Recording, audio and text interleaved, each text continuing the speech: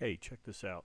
I was asked today if, well, the problem was is that the guy that was asking me the question had a block that looked similar to this. This isn't the total block of what he had, but he had a point or a block that represented the point, and then he had some attributed text over here that he could type in a list of information in. So there was a bunch of attributes, and his problem that he had was that when he brought this block in, he wanted it to be annotative. So I've shown some annotative text here, but he also wanted the text to be plan readable or orientated to the view when he rotated the objects within his viewport.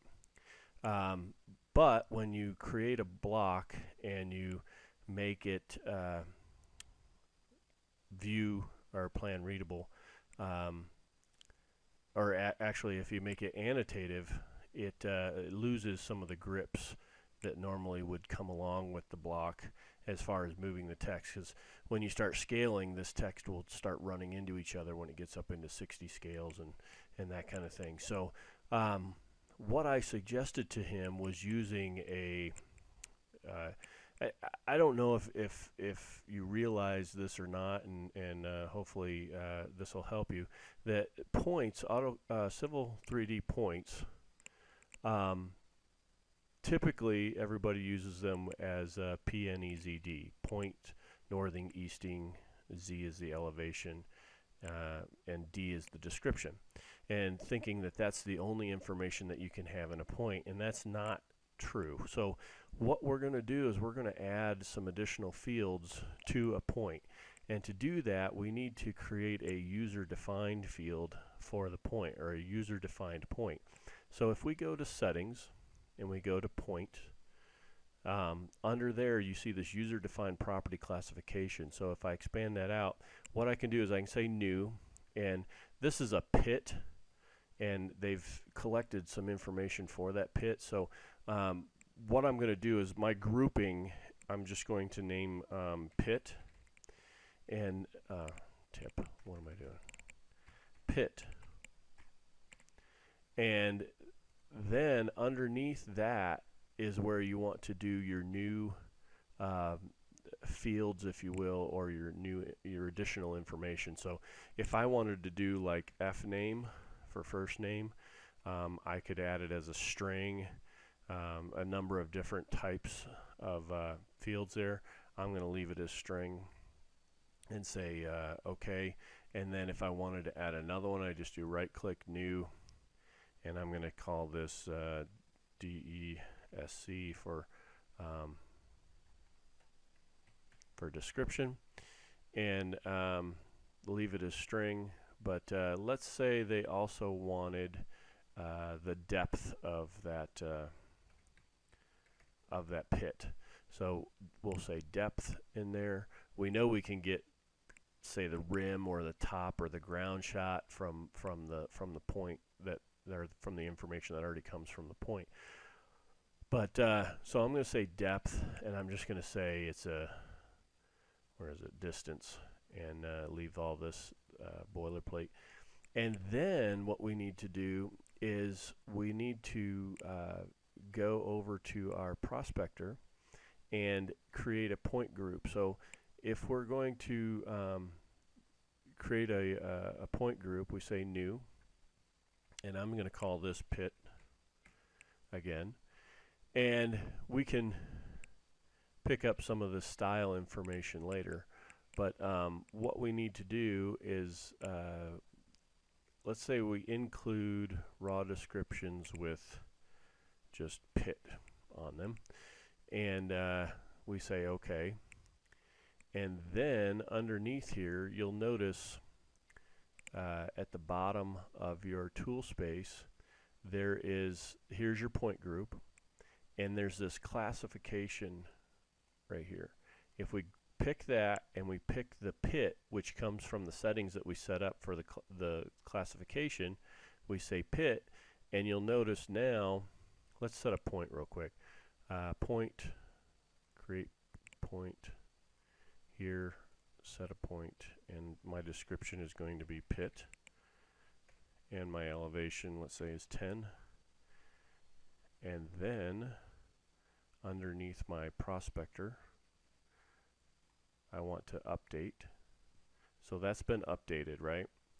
And there's no styles that represent what's coming out of the user-defined fields, so they're not showing any information. But you'll notice also down here, if we click on the user group pit, you have at the very end,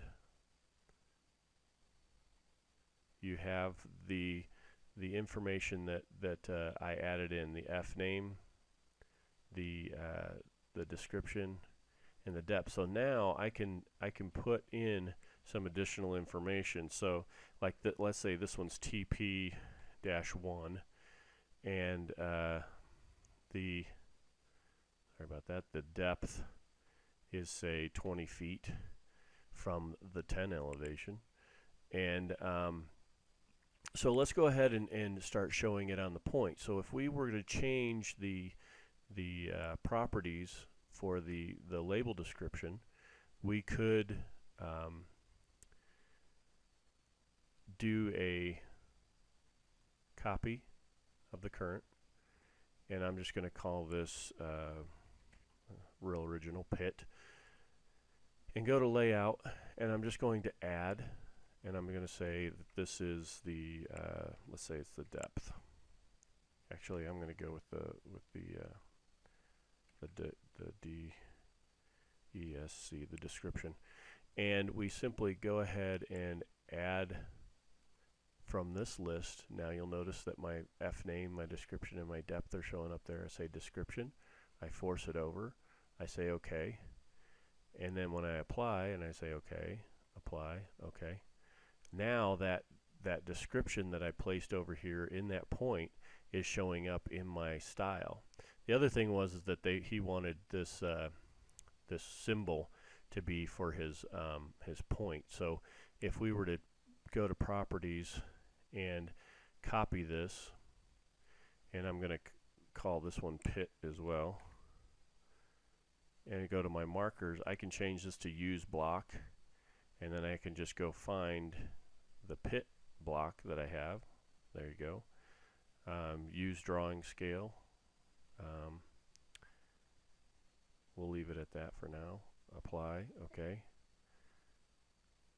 Okay.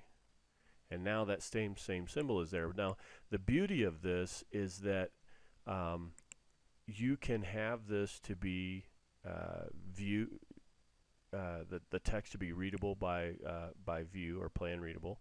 So again, if we go back to the point group under your tool space and go to properties and go to the description, we're going to edit it, and we simply go to the general tab. You can change this to the orientation reference to view. So now if you rotate your view, your text will still be readable. And so with that, we say OK.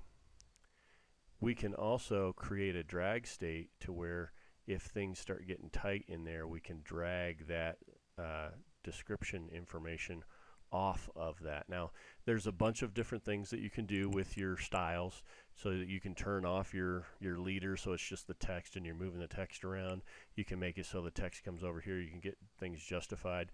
There's a bunch of things that you can do with your styles, but the neat part about this is that you can now with user-defined points define your own fields that are attached to those points, and it gives some additional functionality that otherwise you would lose in creating a annotative block. So subscribe, and hope this helps you out. Thanks.